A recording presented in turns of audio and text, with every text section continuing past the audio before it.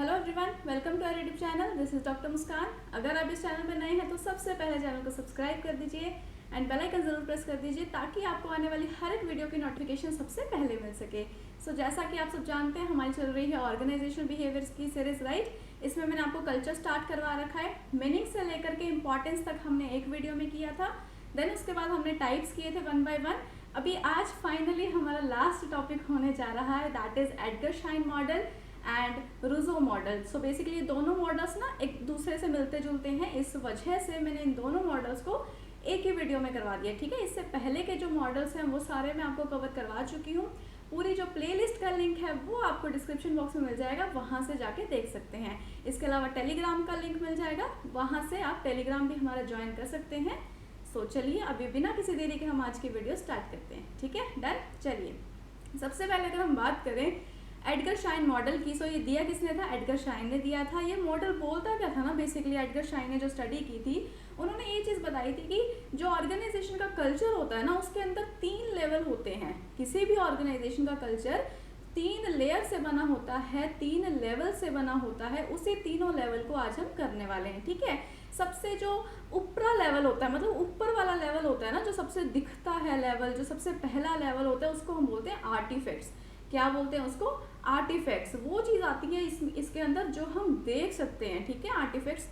For example, अभी आप किसी ऑर्गेनाइजेशन में गए हो या नहीं भी गए हो, घर पे बैठे बैठे भी इवन थोड़ा बहुत आपने पिक्चर्स देख लिया, गूगल पे लिख दिया, किसी भी ऑर्गेनाइजेशन का नेम लिख दिया, तो आपके सामने कुछ इमेजेस आ जाएंगी। या फिर आपने खुद जाके विजिट किया, तो जो चीज़ें आपको बाहर से दिख रही हैं, लाइक उस ऑर्गेनाइजेशन का फर्नीचर कैसा है, इंफ्रास्ट्रक्चर कैसा है, वहाँ के जो एम्प्लॉयज़ हैं उनका कोई ड्रेस कोड है, आईडी कार्ड्स उन्होंने पहने हैं, या ऐसा कुछ बिहेवियर जो दिख रहा है, मतलब ऑब्जर्व्ड बिहेवियर होता है ना। लाइक आप किसी से इंटरैक्ट करते हैं, तो इंटरैक्ट करते हुए आपको कुछ चीज़ें दिख रही हैं, ऑब्जर्व कर पा रहे हो। इंटरैक्ट नहीं भी करते हो, बैठे बैठे आपको दिख रहा है कि वो ऐसा बिहेवियर कर रहा है ना।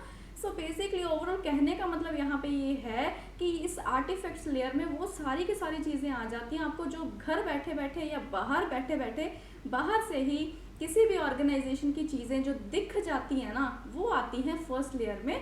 कौन सी लेयर होती है? आर्टिफैक्ट्स। आया समझ यहाँ तक? ये मोस्ट विजिबल एस्पेक्ट होता है किसी भी ऑर्गेनाइजेशन के कल्चर का ना। आप आइडिया लगा लेते हो कि हाँ भी यहाँ पे तो इस ऑर्गेनाइजेशन में प्रॉपर ड्रेस कोड फॉलो हो रहा है, प्रॉपर अच्छा एकदम फर्स्ट क्लास इंफ्रास्ट्रक्चर है, सबने आईडी कार्ड्स पहने हैं, तो बहुत अच्छे लेवल वाला यहाँ का कल्चर है ना। आप बाहर से ऐसा आइडिया लगा लेते हो, जजमेंट कर लेते हो, अजम्पशन लगा लेते हो, तो ये बहुत ही ज़्यादा जो विजिबल एस्पेक्ट है उनमें से आता है, ठीक है।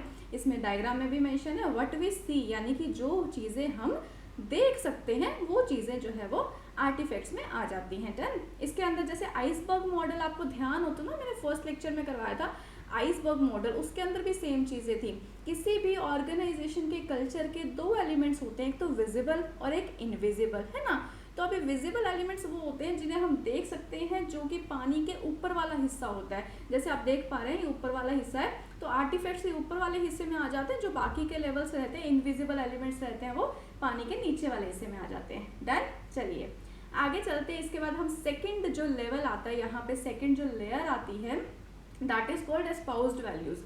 अभी फॉर एग्जाम्पल, अभी आपने बाहर से तो देख लिया, ठीक है, अभी किसी भी ऑर्गेनाइजेशन का आपको कल्चर दिख रहा है, ड्रेस कोड, इंफ्रास्ट्रक्चर सब कुछ दिख रहा है। अब जब आप सिस्टम के अंदर एंटर करोगे किसी भी ऑर्गेनाइजेशन में, फॉर एग्जाम्पल आपकी जॉब लग गई, आप असिस्टेंट प्रोफेसर अपॉइंट हो गए हो, तो आपकी अभी जॉब लग गई, आप सिस्टम के अंदर एंटर कर गए हो, तो एंटर करते ही आपको कुछ चीज़ें बताई जाएंगी, एक्सप्रेस की जाएंगी। लाइक हमारी ऑर्गेनाइजेशन की ये पॉलिसीज़ हैं, ये रूल्स हैं, ये स्ट्रेटजीज फॉलो की जाती हैं, ये नॉर्म्स हैं। नॉर्म्स क्या होता है? एक कुछ मतलब जो बिहेवियर को गाइड करते हैं, वो कुछ स्टैंडर्ड्स होते हैं, एक्सेप्टेबल स्टैंडर्ड्स होते हैं कि एक पर्टिकुलर सिचुएशन में हम आपसे एज एन एम्प्लॉय ऐसा बिहेवियर एक्सपेक्ट कर रहे हैं। इस पर्टिकुलर सिचुएशन में आपको ऐसा बिहेवियर करना है, दूसरी सिचुएशन में आपको ऐसा बिहेवियर करना है। तो बेसिकली कोई भी जो ऑर्गेनाइजेशन होती है ना, वो अपने एम्प्लॉयज से कैसा बिहेवियर एक्सपेक्ट कर रही है वो हमें बताते हैं नॉर्म्स, है ना।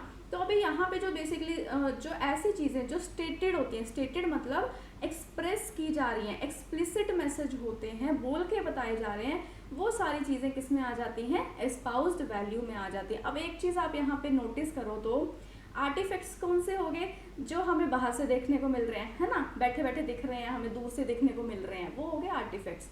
एस्पाउस्ड वैल्यू कौन सी होगी, जो हमें बोल के बताई जा रही है, हमें दिख नहीं रही है, हमें बोल के बताई जा रही है। कब? जब हम एंटर हुए हैं किसी भी कंपनी ऑर्गेनाइजेशन में, जब हम एंटर हुए हैं तब हमें बोल के बताई जा रही है। दैट मीन्स व्हाट वी से। आया समझ? ठीक है, अभी चलते हैं अपने थर्ड लेयर पे, थर्ड लेवल पे। थर्ड लेवल क्या होता है? That is called underlying assumptions. अभी आप सिस्टम में एंटर कर गए हो, ऑर्गेनाइजेशन में एंटर कर गए हो, इसके बाद थर्ड लेवल आता है जब आप वहाँ पे 4-6 महीने रुकोगे, 8 महीने रुकोगे, 10 महीने रुकोगे, तो आपको ना कुछ चीज़ें जो है वो फील होंगी, आप पहचानने लगोगे। कुछ ऐसी चीज़ें होती हैं जो हिडन होती हैं। आपने किसी ऑर्गेनाइजेशन में आप अपॉइंट हुए, ज्वाइनिंग ली है आपने, तो लेते ही आपको वो चीज़ें नहीं दिखती हैं, ना तो दिखती हैं ना ही कोई बोल के बताएगा आपको, ठीक है। वो चीज़ें ऐसी चीज़ें होती हैं जो हिडन होती हैं, डिस्कस नहीं की जाती वो चीज़ें, ठीक है, हिडन होती है। इनविजिबल एलिमेंट होता है ये अंडरलाइंग अजम्पशन जो होता है ना, इनविजिबल एलिमेंट होता है जो किसी को भी ना तो बाहर से दिखता है ना ही सिस्टम में एंटर करने के बाद दिखता है, दिखता ही नहीं है, ठीक है। इसको सिर्फ और सिर्फ हम लोग जो है वो जब हम कंटिन्यू में, जैसे फॉर एग्जांपल आप किसी ऑर्गेनाइजेशन में गए हो, आपके जो कलीग्स हैं, आपके साथ जो काम करने वाले हैं, अब उनके क्या एटीट्यूड है, उनके क्या बिलीव्स हैं, क्या वैल्यूज़ हैं, क्या एथिक्स हैं, वो कैसे काम करते हैं, उनके क्या प्रिंसिपल्स हैं, उनकी क्या परसेप्शंस हैं, वो सारी चीज़ें आपको पहले दिन पता लग जाएंगी देख के? नहीं ना तो वो देख के पता लगती है, ना बाहर से पता लगती है, ना ही कोई बोल के बताता है मेरा क्या एटीट्यूड है, मेरी क्या परसेप्शंस है। मैं से बोल के थोड़े ना आपको एक्सप्रेस करके बताऊंगी, वो भी पहले दिन नहीं होता ना ये चीज़। बेसिकली इसमें क्या होता है ना कि जैसे जैसे आप टाइम बिताते हैं एक किसी भी ऑर्गेनाइजेशन में, वैसे आप चीज़ों को पहचानने लगते हैं, लोगों को पहचानने लगते हैं, किसी का नेचर कैसा है वो आपको कई बार तो ना साल टप जाता है, फिर भी एक इंसान का जो रियल नेचर होता है वो रिवील नहीं हो पाता। होता है ना कई बार, वही हम सोचते हैं इस पर्सन का तो नेचर बहुत अच्छा है, 1 साल बाद पता लगता है कि नहीं इसका तो ये तो रियल नेचर तो इसका ये है। बस वही सारी चीज़ें अंडरलाइंग अजम्पशंस में आ जाती हैं। आया समझ? जो इनर एस्पेक्ट होते हैं, जो छुपे होते हैं, हिडन होते हैं, ठीक है। हाँ, बट ये बेसिकली कल्चर को बहुत ज़्यादा इम्पैक्ट करते हैं, बहुत इंपॉर्टेंट होते हैं। अभी आप कहो किसी भी ऑर्गेनाइजेशन का फर्स्ट क्लास कल्चर है, उसका उसका इंफ्रास्ट्रक्चर देख करके या उसका ड्रेस कोड वहाँ का देख करके आप ये बोल दो कि अच्छा कल्चर है, या वहाँ के जो एम्प्लॉयज़ हैं उनका बिहेवियर अच्छा है, ये देख करके आप ये जजमेंट लगा लो। बट एक्चुअल में हो सकता है वहाँ का कल्चर कुछ और ही हो, है ना, जो दिखने को नहीं मिल रहा है। सो कहने का मतलब जो अंडरलाइन असम्पशन है ना, इंपॉर्टेंट बहुत होती है, दिखती नहीं है और कल्चर पे बहुत भारी इम्पैक्ट डालती है। ये आया समझ? इसमें कौन सी चीज़ आ जाती है? व्हाट वी बिलीव, यानी कि जो हमारे बिलीव्स हैं, जो हमारी वैल्यूज़ हैं, जो हमारे मन में ही हैं, ठीक है। हम धीरे धीरे करके उसको पहचान सकते हैं, दैट्स इट। और ये आइसबर्ग के अंदर एकदम नीचे होती है, बिल्कुल छुपी होती हैं। ये तीनों लेवल समझ में आए, ठीक है। अब इसके बाद हम चलते हैं नेक्स्ट लेवल पे। अब आपको अगर ये तीनों पॉइंट्स, तीनों लेवल अच्छे से समझ आ गए ना, तो अभी इजीली बहुत अच्छे से समझ आ जाएगा, बहुत, क्योंकि मिलता जुलता ही है, ठीक है। अभी जो नेक्स्ट मॉडल है दैट इज कॉल्ड, जो बेसिकली दिया किसने था? जीन जैक रूजो ने दिया था। रूजोस मॉडल इसको बोलते हैं, कल्चर का रूजो मॉडल है ये। इनका मेन फोकस क्या था ना, इनका मेन फोकस था कि जो अंडरलाइन अजम्पशंस होती है, जो मैंने अभी आपको लास्ट लेक्चर में बताई है, इसमें सॉरी लास्ट इस स्लाइड के अंदर बताई है, अंडरलाइन अजम्पशन जो एकदम डीपेस्ट लेयर होती है, जो हमें दिखने को नहीं मिलती। जो रूजो थे ना, वो ये बोलते थे कि यही अजम्पशंस जो होती है ना, वो मेन हिस्सा होती है किसी भी कल्चर का। जैसे मैंने आपको बताया अभी कि ये चीज़ दिखती नहीं है भले, बट इसका इम्पैक्ट बहुत ज़्यादा होता है। और बाकी सारे लेवल्स जो होते हैं ना, बाकी सारी जो चीज़ें होती हैं, लाइक नॉर्म्स हो गए, बिहेवियर, वैल्यूज, पैटर्न, सब कुछ जो है, आर्टिफैक्ट्स, सब कुछ जो है वो इन्हीं अजम्पशंस के ही अराउंड घूमता रहता है। इनका मेनली ये कहना था, ठीक है। मतलब इन्होंने सिंपल सी अगर हम लैंग्वेज में मैं आपको समझाऊं तो रूजो ने जो मेन फोकस किया था वो किया था अंडरलाइंग अजम्पशंस या फंडामेंटल अजम्पशंस के ऊपर। ये वो अजम्पशंस होती हैं जिसके अराउंड बाकी सारे लेवल जो होते हैं वो इर्द गिर्द उसके घूमते रहते हैं, ठीक है। अभी बेसिकली इन्होंने क्या दिए थे? 5 लेवल्स दिए थे, लगभग सेम ही है, बस इतना सा फर्क है, उन्होंने 3 लेवल्स दिए थे पिछले वाले मॉडल में एडगर शाइन ने, और जो रूजो थे उन्होंने उन्हीं लेवल्स को थोड़ा सा खींच के 5 में डिवाइड कर दिया था, ठीक है। इसको अनियन मॉडल भी बोला जाता है ऑर्गेनाइजेशन कल्चर का। इसको हम 1 बाय 1 करेंगे। आर्टिफैक्ट्स मुझे आपको बताने की जरूरत नहीं है, मैंने आपको अभी बताया। जो मोस्ट विजिबल लेयर होती है, जो सबको दिखती है, लाइक वहाँ का इंफ्रास्ट्रक्चर हो गया, लोगो हो गया कंपनी का, है ना, प्रोडक्ट का जो ब्रांड होता है, सब कुछ जो हमें दिख सकता है वो आर्टिफैक्ट्स में आता है। डन। इसके बाद आती है सेकेंड लेयर। सेकेंड लेयर जो रुजो ने बताई थी ना, that is called patterns of behaviour. ये वो लेयर होती है ना, फॉर एग्जाम्पल मैं आपको समझाती हूँ कि जैसे एक कस्टमर है ना, अभी कस्टमर कंपनी में गया है, वो इंटरैक्ट करेगा वहाँ के एम्प्लॉयज़ के साथ, तो उसको देखने को मिलेगा कि वहाँ के एम्प्लॉयज़ कैसा बिहेव कर रहे हैं, वहाँ के एम्प्लॉयज़ के बिहेवियर का पैटर्न क्या है, किस सिचुएशन में वो कैसा डील कर रहे हैं। अगर मान लो मैंने कोई प्रोडक्ट खरीदा है किसी भी कंपनी से, उस प्रोडक्ट में की कंप्लेंट लेकर के मैं जाती हूँ, मेरे को कोई प्रॉब्लम आ जाती है, सो इन दैट केस वो प्रॉब्लम लेकर के मैं जाऊँगी तो वहाँ के एम्प्लॉयज़ मुझसे कैसे डील कर रहे हैं, उस सिचुएशन में उनका पैटर्न ऑफ बिहेवियर क्या है, वो हमें सेकेंड लेयर बताती है। डन, आया समझ। ये जो लेयर होती है ना, ये विजिबल तो होती है थोड़ी थोड़ी, बट ये आर्टिफैक्ट्स के कंपैरिजन में कम विजिबल होती है। अभी देखो आप, आर्टिफैक्ट्स तो दूर से दिख रहे हैं, है ना, मैं ऑर्गेनाइजेशन में गई, वहाँ का इंफ्रास्ट्रक्चर मेरे को दूर से दिख रहा है, बट जो सेकंड है पैटर्न्स ऑफ बिहेवियर, ये मेरे को कब पता लगा, जब मैंने उनसे इंटरैक्ट किया, है ना, जब मैंने उनसे बातचीत की तब मुझे पता लगा। डन, या फिर मैंने एटलीस्ट वहाँ पे मुझे उसके लिए जाना पड़ेगा, ऑब्जर्व करूँगी मैं, तो वो चीज़ आ जाती है सेकेंड में। इसके बाद थर्ड जो उन्होंने लेयर दी थी रुजो ने, that is called behavioural norms. Behavioural norms में क्या होता है, नॉर्म्स का मैं आपको ऑलरेडी बता चुकी हूँ, वो स्टैंडर्ड्स होते हैं जो हमें गाइड करते हैं, जो किसी भी एम्प्लॉय को गाइड करेंगे कि आपको कैसा बिहेवियर करना है, कैसा नहीं करना है, जो आपसे एक्सपेक्ट किया जाता है ना। फॉर एग्जाम्पल कि ये एक नॉर्म है ऑर्गेनाइजेशन का कि आपको हर एक एम्प्लॉय के साथ, हर एक कॉलीग के साथ रिस्पेक्ट से बिहेव करना है, डिग्निटी से बिहेव करना है, तो एक दूसरे को सभी एम्प्लॉयज़ ने रिस्पेक्ट के साथ ट्रीट करना है। ये एक स्टैंडर्ड किसी भी ऑर्गेनाइजेशन में सेट किया गया है। ये क्या हो गया, नॉर्म हो गया, है ना। अभी इसके लिए कहीं ना कहीं मुझे सिस्टम में एंटर तो करना पड़ेगा ना, तभी मुझे वहाँ के नॉर्म्स का पता लगेगा, वहाँ की पॉलिसीज़ का पता लगेगा, वहाँ के जो भी मतलब गाइड करने वाले जो प्रिंसिपल्स हैं उनका पता लगेगा, राइट। तो कहीं ना कहीं पैटर्न्स ऑफ बिहेवियर तो क्या हो गया, मुझे बाहर से भी दिख रहे हैं, ठीक है।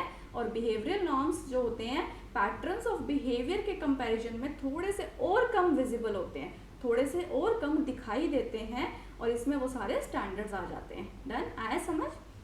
चलिए इसके बाद हम चलते हैं फोर्थ पे, दैट इज कॉल्ड वैल्यूज़। अभी वैल्यूज़ क्या होती है ना, जो अभी फॉर एग्जांपल मैं हूँ, ठीक है, मैं एक ऑर्गेनाइजेशन में काम करती हूँ, वहाँ पे मेरी कुछ वैल्यूज़ होंगी, कुछ एथिक्स होंगे काम को लेकर के, मेरे प्रिंसिपल्स होंगे जो मुझे गाइड करते हैं, मुझे ऐसे काम करना है, वैसे काम करना है, मुझे इस तरीके से काम करना है ना। तो वो जो प्रिंसिपल्स होंगे, जो बेसिकली जो वैल्यूज़, जो बिलीव्स मेरे होंगे, वो मेरे हैं, वो मेरे हैं।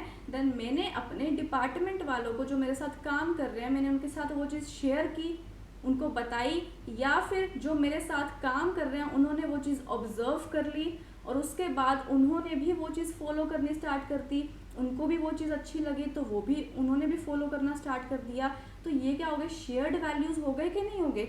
मतलब ऐसे वैल्यूज़, ऐसे एथिक्स या ऐसे प्रिंसिपल्स जो लोगों के साथ शेयर किए जा रहे हैं, चाहे तो मैं उन्हें बोल के बताऊंगी, चाहे वो लोग क्या कर लेंगे, ऑब्जर्व कर लेंगे, मेरे बिहेवियर में ऑब्जर्व कर लेंगे, या जैसे जैसे मैं काम कर रही हूँ, जिस तरीके से कर रही हूँ, जिन प्रिंसिपल्स को फॉलो करके कर रही हूँ, तो लोगों को दिख जाएगा और वो भी वैसे ही काम करेंगे अगर उन्हें अच्छे लगेंगे। तो इसमें कौन से आ गए, शेयर्ड वैल्यूज़ आ गए। ये उससे कम विजिबल होते हैं, लास्ट वाले से भी कम विजिबल होते हैं, ठीक है। अब दोनों में डिफरेंस क्या है मैं आपको वो क्लियर करती हूँ। जैसे मैंने अपन ने थर्ड लेवल पढ़ा बिहेवियरल नॉर्म्स, है ना। अभी बिहेवियरल नॉर्म्स में तो क्या है ना कि मैं ऑर्गेनाइजेशन में गई, जाते ही जो है वो मुझे प्लस सारे डिपार्टमेंट को प्लस सारी ऑर्गेनाइजेशन को हो सकता है बता दिया गया कि ये यहाँ की पॉलिसीज़ हैं, ये यहाँ के नॉर्म्स हैं जो आपसे एक्सपेक्ट किए जा रहे हैं कि आप लोग फॉलो करोगे। डन, तो ये तो सबके लिए हो गए, सबके लिए हो गए कि नहीं हो गए। तो ये थोड़े ज़्यादा विजिबल हुए कि नहीं हुए, थोड़े ज़्यादा विजिबल हुए। इसके बाद जो वैल्यूज़ आते हैं ये क्यों नॉर्म्स के कंपैरिजन में थोड़े से कम विजिबल होते हैं, क्योंकि ये वो वैल्यूज़ होती हैं जो मेरी है या जो आपकी है, और आप सिर्फ और सिर्फ आपके जो साथ क्लोजली मतलब जो आपके साथ साथ काम कर रहे हैं सिर्फ उन्हीं को ही ऑब्जर्व हो सकेंगे, है ना, वही ऑब्जर्व कर सकें। और साथ ही साथ या फिर मैं उन्हें बोल के बताऊंगी, ऐसे थोड़े सारे ऑर्गेनाइजेशन में ढिंडोरा पीटती फिरूंगी हाँ कि ये मेरी परसेप्शंस है, ये मेरे प्रिंसिपल्स हैं, ये मेरी वैल्यूज़ हैं, ऐसा तो नहीं होगा ना। सिर्फ और सिर्फ जो मेरे साथ काम कर रहे हैं उन्हीं को ही पता रहेगा या वही लोग ऑब्जर्व कर सकेंगे, ऐसा तो नहीं दूसरे डिपार्टमेंट वाले भी कर लेंगे। नॉर्म्स जो होते हैं वो सबको बताए जाते हैं, तो इसी वजह से वैल्यूज़ थोड़े से और कम विजिबल होते हैं। डिफरेंस क्लियर हुआ, ठीक है। चलिए इसके बाद चलते हैं लास्ट लेयर पे। ये मैं आपको ऑलरेडी लास्ट वाले मॉडल में करवाया, एडगर शाइन मॉडल में, और एकदम सेम है। ये वाला जो लेयर आती है, अजम्पशंस आती हैं, इसमें वो चीज़ें आ जाती हैं जो हिडन होती हैं, लाइक किसी पर्सन का नेचर कैसा है, उसका एटीट्यूड कैसा है, उसके बिलीव्स क्या हैं, जो ना तो वो बोल के बताते हैं, ना ही वो चीज़ें इजीली ऑब्जर्व हो पाती हैं। चाहे मेरे साथ 10 बंदे काम कर रहे हैं, फिर भी वो लोग इजीली ऑब्जर्व नहीं कर पाएंगे कि एक्चुअल में मेरा रियल नेचर क्या है, या मेरा मेरी परसेप्शंस क्या है, मेरे एटीट्यूड्स क्या, मेरे बिलीव्स क्या हैं, है ना। वो जैसे जैसे बंदा काम करता है धीरे धीरे चीज़ों को पहचानता है, तो वो हिडन चीज़ें इसके अंदर आ जाती हैं अजम्पशंस के अंदर। समझ आया? तो बेसिकली ये मैंने आपको 2 मॉडल्स आज के इस लेक्चर में आपको करवाए हैं। पहला तो था अपना एडगर शाइन मॉडल, दूसरा है रूजो मॉडल, और दोनों लगभग सेम है। एडगर शाइन ने 3 लेयर्स में डिवाइड किया था ऑर्गेनाइजेशन के कल्चर को, और रूजो ने कितने में 5 लेयर्स में डिवाइड किया था ऑर्गेनाइजेशन के कल्चर को। ठीक है, सो ये थी आज की वीडियो। ऐसे ही और वीडियोस के लिए हमारे चैनल को सब्सक्राइब कीजिए। कैसी लगी हो वीडियो प्लीज़ कमेंट करके ज़रूर बताइए, लाइक ज़रूर दे दीजिए, अच्छा लगता है, मोटिवेशन मिलता है अगर वीडियो अच्छी लगी हो तो। और ज़्यादा से ज़्यादा वीडियो को शेयर कीजिए। आज के लिए इतना ही, थैंक यू सो मच। आज एंड फाइनली एक और बार अपना जो ऑर्गेनाइजेशन कल्चर का जो चैप्टर है, जो टॉपिक है यूजीसी नेट सिलेबस के अकॉर्डिंग, वो कंप्लीट हो चुका है। ठीक है, इसके बाद नेक्स्ट टॉपिक आएगा। यहाँ तक ऑलरेडी सब टॉपिक्स मैंने आपको पूरे डिटेल में करवा दिए हैं। जितना भी मैं एक्सप्लोर कर सकती थी उतना मैंने एक्सप्लोर करके रिसर्च पेपर्स, वेबसाइट्स, हर एक जगह से जितना भी एक्सप्लोर हो सका बुक्स में से, तो सब मैंने कवर अप करने की कोशिश की है हर एक टॉपिक के अंदर ऑर्गेनाइजेशनल बिहेवियर के, जिसकी पूरी प्लेलिस्ट का लिंक आपको डिस्क्रिप्शन बॉक्स में मिल जाएगा। सो आज के लिए इतना ही, थैंक यू सो मच।